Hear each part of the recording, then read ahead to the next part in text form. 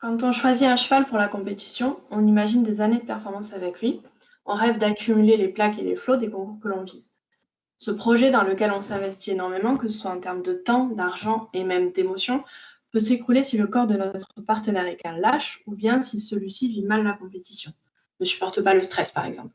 Et si on finit donc par être contraint de le retirer de la compétition. Ce rêve que l'on avait peut virer à la désillusion et que l'on soit professionnel ou amateur, personne ne veut s'engager dans un projet pour vivre une telle déception. Le terme que l'on utilise pour décrire cette capacité qu'un cheval a de durer en compétition avec des performances stables est sa longévité fonctionnelle sportive. L'objectif pour le bien-être de nos chevaux de concours et pour que nous, cavaliers et propriétaires, ne nous investissions pas en vain, c'est d'améliorer cette longévité par la sélection génétique. Cependant, pour sélectionner un cheval dans le but d'améliorer la longévité des futurs chevaux de sport, nous avons besoin d'informations concernant sa propre longévité. Ces informations peuvent provenir des résultats en compétition de ses parents, par exemple. Mais si nous n'avons pas d'informations sur sa propre carrière, nous n'en avons pas assez pour effectuer une bonne sélection. Le problème, c'est que si ce cheval a une longévité exceptionnelle, nous ne le saurons que lorsqu'il sera déjà âgé, ce qui lui laisse peu de temps pour faire plein de poulains et encore moins si c'est une jument. L'objectif de ma thèse, c'est d'apporter aux éleveurs des informations leur permettant d'effectuer une sélection dite indirecte. L'idée, c'est que la longévité est potentiellement liée génétiquement à des critères observables sur le jeune cheval, comme par exemple la taille du cheval. Supposons que le fait que le cheval soit grand signifie qu'il a plus de chances d'avoir une bonne longévité.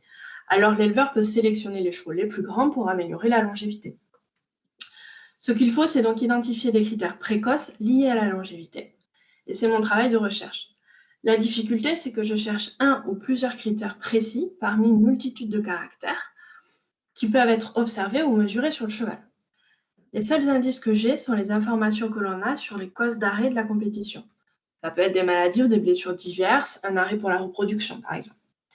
Intuitivement, sachant qu'une des causes de réforme les plus importantes sont les pathologies de la locomotion, on peut penser qu'un critère classique concernant les allures ou les aplombs peut être lié à la longévité. Mais il n'y a pas de raison que des caractères plus innovants, qui n'ont pas encore été étudiés, ne puissent pas être des caractères importants. Donc après m'être intéressée à des critères assez classiques comme la taille et les allures, j'ai commencé à regarder du côté de données plus innovantes comme la mesure de température par caméra infrarouge, en me disant que la température peut varier selon le stress ou des inflammations chroniques par exemple, des éléments qui ne font pas bon ménage avec une longue carrière sportive.